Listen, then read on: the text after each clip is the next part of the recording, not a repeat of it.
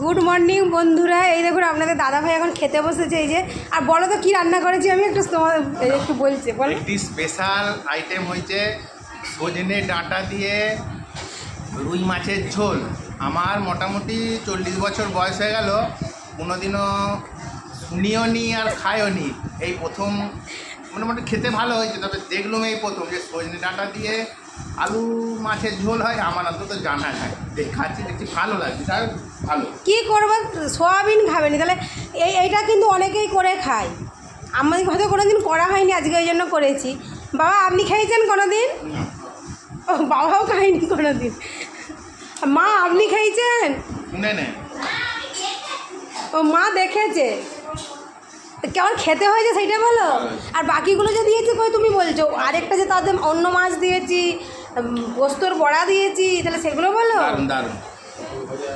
পটল ভাজা আছে, সেগুলো না বলে যে আমরা চাটনিটা খুব প্রিয়, ভালো লাগে। আর এই যে বেটু এসে গেছে পড়ে, এবারে স্কুল যাবে। আর এই যে মেঘের অবস্থা, কালকে ভিজেছি, আজকেও মনে হয় ভিজতে হবে। এই যে মেঘের অবস্থা। চলো গুড মর্নিং সবাইকে। বেটু গুড মর্নিং বলে দাও তো একটু সবাইকে। Good morning.